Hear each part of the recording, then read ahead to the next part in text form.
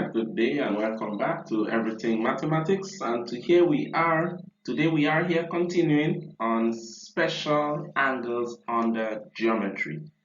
Again, I just want to wish everybody a good day. I know today's supposed to be a local holiday here in Greens, so I trust that you're enjoying your day. As we continue our series, let's see what we have for today. So our objective for today is pretty simple, two things. So we are hoping to identify unknown angles from special angles, and of course we are looking to derive unknown angles applying the concepts of special angles. So this video will be very short. I'm only looking at the concept. We wouldn't have much questions per se. I don't think I have any question, but we could always make up one if need be. But the concept is very straightforward and it's something that you just need to understand in mathematics. So what are the special angles that we're going to be looking at? We're going to be looking specifically at vertically opposite, also known as the X angle, and you will see why just now. And we'll be looking at alternate angles, which is also the Z angles. Along with the alternate angles, oftentimes they make a marriage or a relationship with corresponding angles. But I will not be looking at corresponding angles. It's honestly really easy to pick up. But of course, if anybody would like me to do it, you could always feel free to leave it in the comment section below. So let's go. Vertically opposite angles are basically angles that are opposite to each other when two intersecting lines meet. So in essence, once you have two intersecting lines, the two lines will automatically form what we call vertically opposite angles. And here we have an example. So for example, you have two lines here. We have, well, we could label them if we want. We could say this line here is AB, and then we could label the other one as what? Let's name it RS. So these two lines, RS and AB, they intersect at this point here, you could see. And the concept of vertically opposite angles say this. So if we have an angle here by the name of A, small a, and we have an angle here by the name of B, according to the rules, A will be equal to B. And that's just by default. That is just a concept. That's just what you need to understand. And this could be proven to be true in any given scenario. I mean, if you put numbers, you would see it the same way. So the vertically opposite angle simply states that. So for example, if A were to be, let's say, 60 degrees, just like that, we know what is B. B will automatically also be 60 degrees. And that's all. Really and truly, that's all. So when finding unknown angles, this is one of the easiest one to identify because all we're looking for is an X. Once you see an X, angles on the opposite ends are the same. Or even more interesting, if they give you one and even though the other one is not given, you know that angles opposite each other when two intersecting lines occur are equal. So that's one thing that you could be in the top of your mind. And here we have just two more letters, so M and N. And virtually what we're saying is that M is equal to N. So whatever angle N has, N would be the same. And that's really and truly all there is to this rule. So if I give you two lines, for example, we make an X there, and I say here is 40 degrees, and I ask you what is Y? There is no if, and, or but about it. You're supposed to easily be able to recognize that. You're supposed to be able to see that Y would be equal to 40 degrees.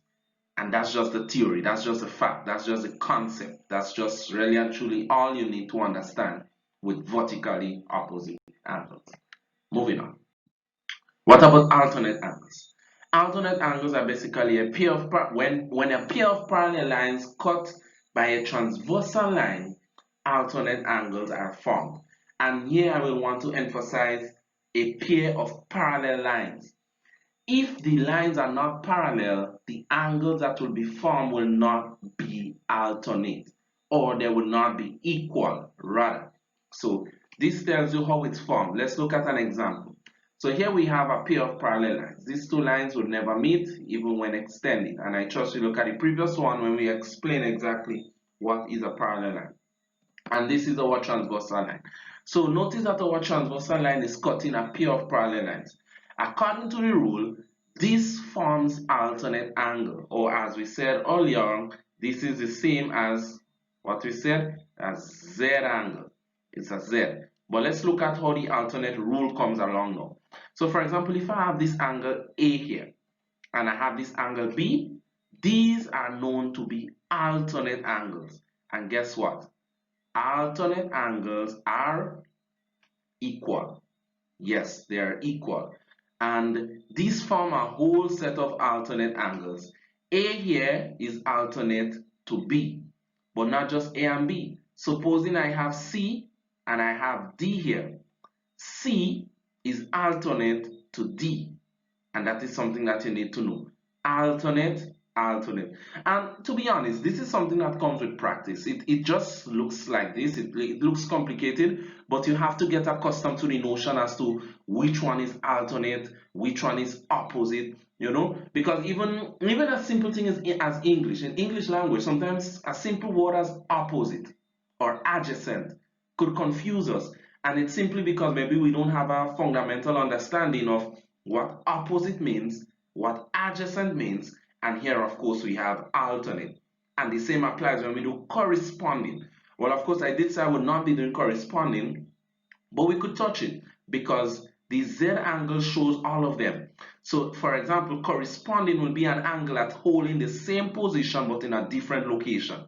So for example, we could say, let's use beta, let's use alpha. So we could say if this angle here is alpha or beta, I can't remember. Theta, this is theta, right? So if this angle theta is here, the corresponding angle to that will be theta here too.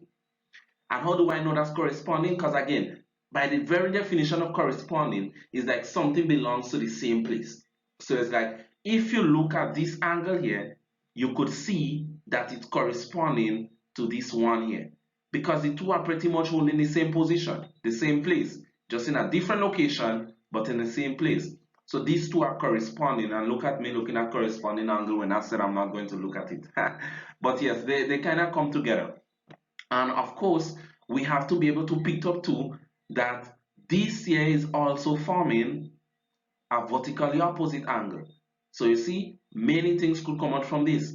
If this is A, guess what? Here would be A too. And I guess we could see the bottom now. If here is B, automatically here will also be B. And this is what we're talking about when we're speaking about corresponding angles, alternate angles, and vertically opposite angles.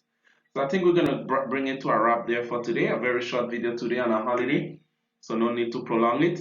And of course, this, CXC of course would not ask you in isolation with letters and so on.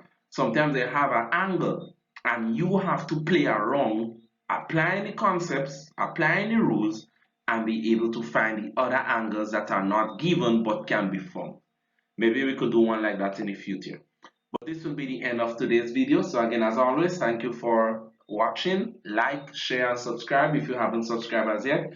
Give a comment or share something in the comment section if there's anything you want me to add to this, because there are many more angles I could look at, because there are more, indeed there are more, and there are examples we could look at, but I'm just trying to lay the foundation here, and I trust I did an excellent job at doing that today.